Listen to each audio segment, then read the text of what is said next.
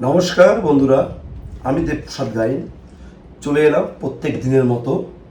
আজও আমরা সিএএ ও রাজনৈতিক ব্যাপারে কিছু আলোচনার জন্য। তো আপনারা প্রথমেই আমার হাতে যে কাগজটি দেখতে পাচ্ছেন, এই কাগজে যে ছবিটা আপনারা দেখতে পাচ্ছেন সেটা 1971 সালের সেই বাংলাদেশের স্বাধীনতা যুদ্ধের ভয়াবহ সেই চিত্র। সেখান থেকে লাখো লাখো হিন্দু মানুষ এই মহান ভারতবর্ষে পাড়ি দিয়েছিল। আসার পরে একটা অংশের মানুষ এই মহান ভারতবর্ষে থেকে গেছিলেন, আর যত মানুষ এসেছিলেন তার ভিতরকার সর্ববৃহৎ অংশের মানুষ বাংলাদেশে ফিরে গেছিল। তার কারণ তাদের মাটির টানে, নারীর টানে।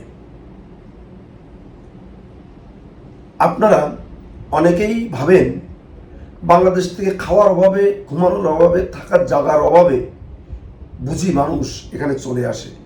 এটা কিন্তু বিন্দু মাত্র কোথাও সত্য নয়। কারণ আপনি আপনার ঘরে একবেলা আধা পেটা খেয়েও ঘুমালে আপনার শান্তি। যখন একাত্তরে এই সমস্ত মানুষগুলো চলে এসেছিল, ভারত সরকার, তৎকালীন কংগ্রেসের সরকার, ইন্দিরা গান্ধী প্রধানমন্ত্রী, তিনি কিন্তু এই সমস্ত মানুষদের থাকার জন্যে ভূমি দান করেছিলেন, খাওয়ার জন্যে রেশনের একেবারে যে মজুদ প্রত্যেকের ঘরে ঘরে দিয়ে দিয়েছিলেন। এক প্রকার তারা শুয়ে বসে খেত এবং ফ্রি জায়গাও ছিল। শুধু পশ্চিমবঙ্গ নয়, ভারতবর্ষের বিভিন্ন জায়গায় এই সমস্ত উদ্বাস্তুদের জন্য কলোনি পর্যন্ত করে দিয়েছিল। কিন্তু যখন দেখলো যে বাংলাদেশ স্বাধীন হয়ে গেছে, তার প্রিয় মাতৃভূমি স্বাধীন হয়ে গেছে, তখন কিন্তু এই মানুষগুলো কিন্তু চলে গেছিল। থাকার জায়গা পেয়েছিল ফ্রি, বিনা পয়সায় চাল পেয়েছিল, তারপরেও কিন্তু মানুষ থাকেনি। আপনারা জানেন দক্ষিণ পশ্চিম অঞ্চলে ঝড়খালি, ক্যানিং, বাসন্তী এই সমস্ত অঞ্চলেও এক একজনকে 6 বিঘা 7 বিঘা এর বেশিও জায়গা অনেককে দিয়েছিল। তারপরেও কিন্তু প্রচুর লোক শেষ জায়গা ফেলে চলে গেছে। যেটা আমার ঠাকুমা, আমার দাদুরা বলতো, আমরা 71-এর সময় যেয়ে লবণ হ্রদে ছিলাম, লবণ হ্রদের ক্যাম্পে ছিলাম, অর্থাৎ ছড়লেক।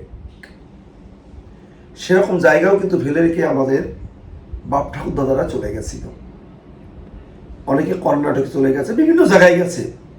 তাহলে আপনাদের অবগতর জন্য বলছি যে মানুষ কিন্তু দেশ ছাড়ে আনন্দে বা পেটের জ্বালায় নয়।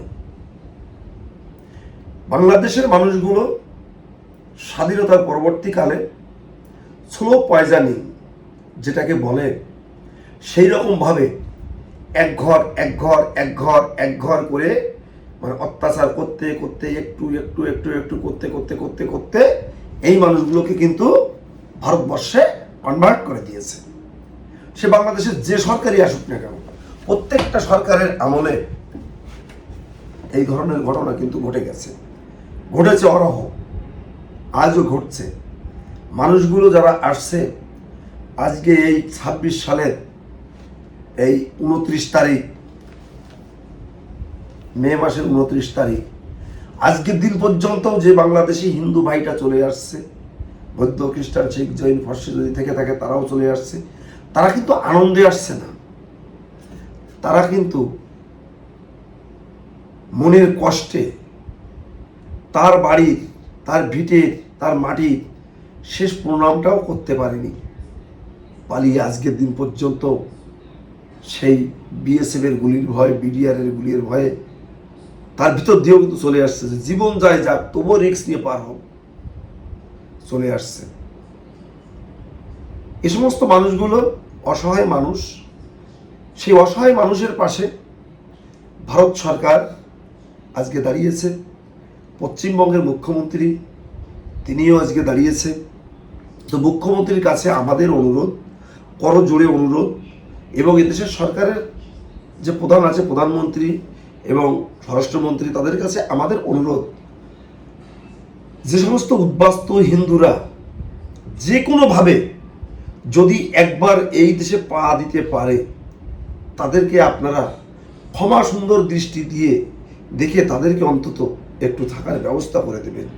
কারণ এই মানুষগুলো আর কিছুই নেই, অবশিষ্ট কিছুই নেই। এটাই আপনাদের কাছে আমাদের করজোড়ে মিনতি, অনুরোধ, আবেদন। যাই হোক, তো আজকে সিএএ দেখুন জেলার বিভিন্ন জায়গায় ক্যাম্প শুরু হয়ে গেছে। নির্দিষ্ট ভিত্তিতে রাজনৈতিক দল যারা আজকে ক্ষমতাসীন আছে তারা ক্যাম্প করেছে। আপনারা যাবেন, নির্দিষ্টভাবে আপনারা আবেদন করে আসবেন এবং হেয়ারিং সেন্টারে আসবেন। কিন্তু সর্বোপরি 100 কথার এক কথা, আপনি যে নেতার ক্যাম্পে যান না কেন, আগে তার কাছে জিজ্ঞাসা করবেন যে আপনার যে মানুষটি আবেদন করছে ইনি ঠিকঠাক আবেদন করতে জানেন তো। তার কারণ আপনারা ভাববেন যে অমুক নেতা, অমুক এমপি বা অমুক মন্ত্রী বা অমুক এই, আপনারা সেখান থেকে করলেন, করার পরে 3 মাস পর বা 4 মাস পরে ডেট আসলো, দেখলেন যে আপনার অ্যাপ্লিকেশনটা ভুলভাল ভরা, আপনাকে আবার ফিরে যেতে হবে। তখন আবার বলবেন আমি অমুকের কাছে করেছিলাম, কি হয়েছে কি না হচ্ছে। আবার ডিএলসি বলবে এটা ঠিক ফরম্যাট হয়নি, এই ফরম্যাটে হবে, এটা এই না এই। এগুলো আপনারা মেক শিওর হয়ে তারপর আবেদন করবেন। এবং অনেক জায়গায় দেখছি, সোশ্যাল মিডিয়ায় দেখছি, অনেক দায়িত্ববান মানুষ তারা বলছেন পঞ্চায়েতে যদি একটা লিখে দেয় যে 14 সালের আগে এসেছিল তাতেও হয়ে যাবে। আমি অমুক এমএলএ ছিলাম বা আমি অমুক এমএলএ, আমি যদি এখন লিখে দিই যে 14 সালের আগে ছিল তাতেও হয়ে যাবে। আপনি এদের কাছে শিওর হবেন যে হেয়ারিং সেন্টারে যদি এগুলো অ্যাপ্রুভ না করে বা হেয়ারিং সেন্টারে আপনারা জোর করে পাঠিয়ে দিলেন সেন্টারে, সেখান থেকে সার্টিফিকেট হবে তো?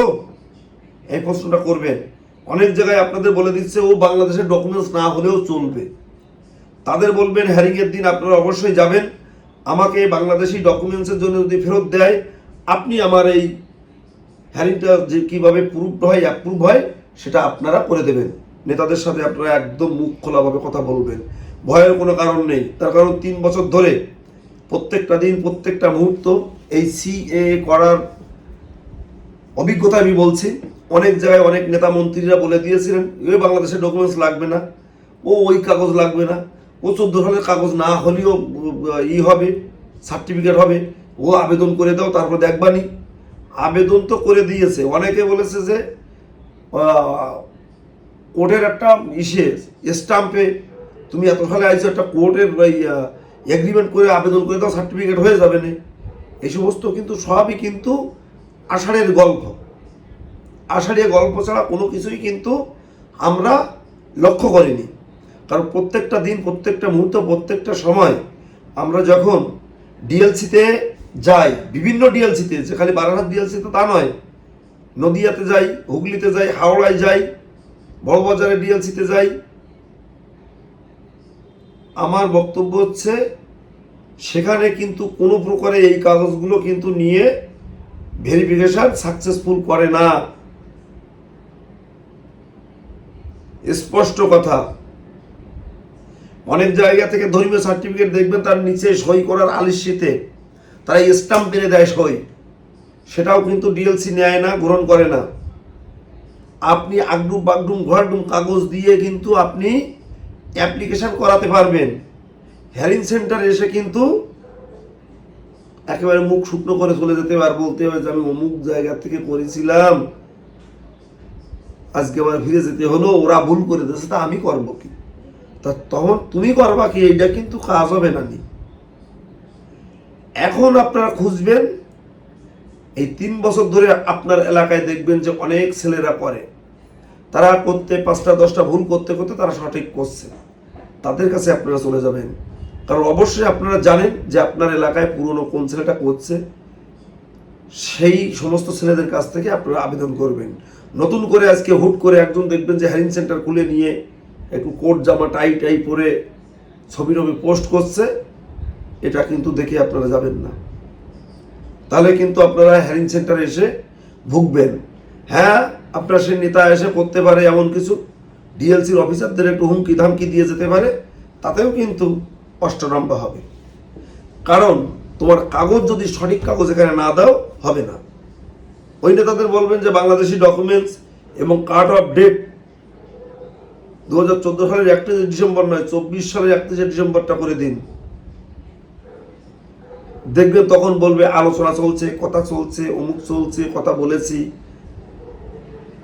এবং অনেকেই দেখবেন এখন বলবে আমি সেই প্রথম থেকে শুরু করেছিলাম, তারপর মাঝে একটু কাজের জন্য থেমে গেছিলাম, আবার এই শুরু করলাম। তার মানে তারা কিন্তু সিএএ এর অনেকেই ফুল ফর্ম জানে না, সি এর আইনও জানে না, কোন কাগজটা লাগে তাও জানে না। 3টে কোর্ট অ্যাফিডেভিট লাগবে, দেখুন 4টে কোর্ট অ্যাফিডেভিট, কোনটার নাম কি তাও জানে না, কোনটা 1C বললে 1Cটা আবার কি। 4টে কোর্ট অ্যাফিডেভিট, 4টে নাম আছে, তাও জানে না। যাই হোক, আপনাদের অবগতর জন্য আমি বলছি, সিএএ আপনারা করবেন। এই সিএএ করতে গেলে দেখবেন বেশি কিছু কাগজ লাগে না, একদম 2টো কাগজের পরে আপনারা জোর দেবেন। 2টো কাগজ, এক হচ্ছে ইন্ডিয়ার, ভারতের আপনি 14 সালের ভিতরে এসেছেন তার যে কোনো একটা কাগজ, Aadhaar card, voter card, ration card, PAN card, ব্যাংকের বই, জমির দলিল, এরকম। আর একটা কাগজ কি, বাংলাদেশ থেকে যে কোনো একটা কাগজ, হয় আপনার নিজের, তা না হলে আপনার বাবা, ঠাকুরদাদা, আপনার মা, মায়ের বাবা, মায়ের মা, এইরকম যে কোনো কারো একটা কাগজ। সেই একটা কাগজ কি হতে পারে? হতে পারে তাদের জন্ম সার্টিফিকেট, তাদের ভোটার কার্ড, তাদের মাধ্যমিক, উচ্চ মাধ্যমিক, 8-এর ভিত্তি, 5-এর ভিত্তি, এইরকম সার্টিফিকেট, তাদের জমির দলিল, জমির পর্চা, ইত্যাদি ইত্যাদি। এই কাগজগুলো লাগবে। ভারতে 3টে জায়গায় এখন 4টে কোর্ট অ্যাফিডেভিট করতে হয়, আর একটি ধর্মীয় সার্টিফিকেট নিতে হয়। এই যে একটা কাগজের যে ব্যাপারটা, এগুলো সাজানোর একটা ব্যাপার আছে। অ্যাপ্লিকেশন করার পর অ্যাকনলেজমেন্ট কাগজ সহ যে 6টা কাগজ বেরোয়, সেটার পরে কোনটা লাগাতে হবে, তারপরে কোনটা, তারপরে কোনটা করে কটা ফাইল করতে হবে, এটাও কিন্তু আপনাকে করে ওরা হাতে তুলে দেবে। দিলে আপনি হ্যারিং সেন্টারে গিয়ে একটা ডকুমেন্টস ওখানে ফেলে দেবেন, ওরা একবারে দেখে আপনারটা ওকে করে ছেড়ে দেবে। সহজভাবে যদি আপনাদের করে দেয়, তাহলে আপনাদের হ্যারিং সেন্টারে এসে এইটা জেরক্স করে নিয়ে এসো, ওইটা নিয়ে এসো, সেটা নিয়ে এসো, ওখানে টেবিলে দাঁড় করিয়ে আপনি দৌড়াচ্ছেন জেরক্স করতে, আপনার বাড়ির লোক দৌড়াচ্ছে জেরক্স করতে, আপনি টেবিলের পাশে দাঁড়িয়ে আছেন।